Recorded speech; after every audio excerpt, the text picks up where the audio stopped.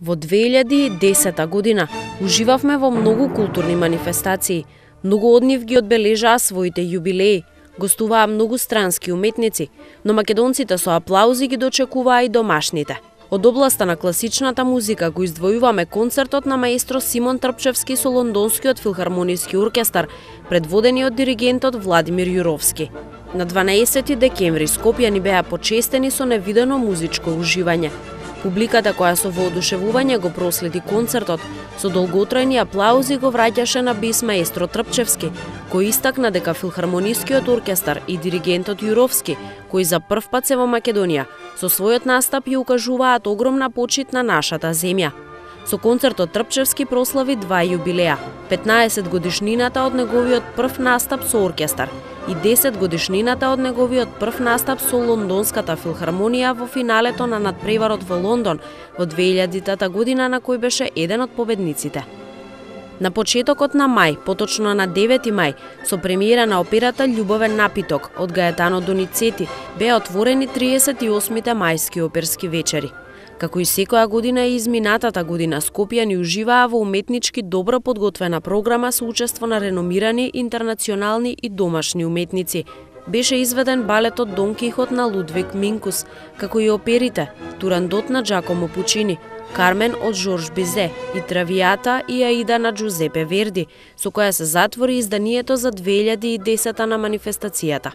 Во текот на 38-те мајски оперски вечери имаше и посебна вечер посветена на Густав Малер, во чија чест свој концерт одржа и Македонската филхармонија. Во 2010 влеговме и во светот на филмот. Скопскиот филмски фестивал во 2010 не почести со уживање во повеќе од 70 филмови, фестивалски хитови и најновите филмски остварувања од Балканот. Селекцијата на 13-тото издание на фестивалот беше збогатена со избор на балкански кратки филмови, гости од Европа и од соседните земји. Востановени беа и нови награди за балкански кратки филмови и една општа награда од публиката на фестивалот. Кинотечната програма во 2010 помина во знакот на Федерико Фелини по повод 90 годишнината од неговото раѓање. Во благодарение на 31-то издание на фестивалот на филмска камера Браќа Манаки, Битола заличи на вистински филмски град. На широк сокак се прошета и холивудската ѕвезда Дерил Хана. Златната камера 300 за животно дело му беше доделена на директорот на фотографија Вилмош Жигмонт, а по 15 години конечно се појави и Милчо Манчевски. Тој го проследи и прикажувањето на мајки во преполната сала на Центарот за култура во Битола.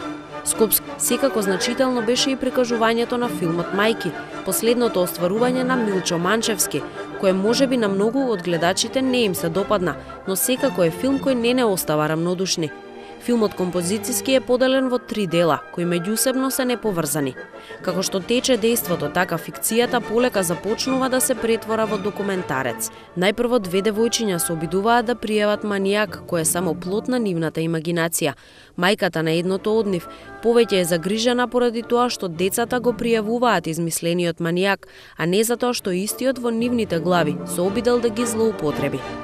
Вториот дел е типична приказна да му умре козата на комшијата.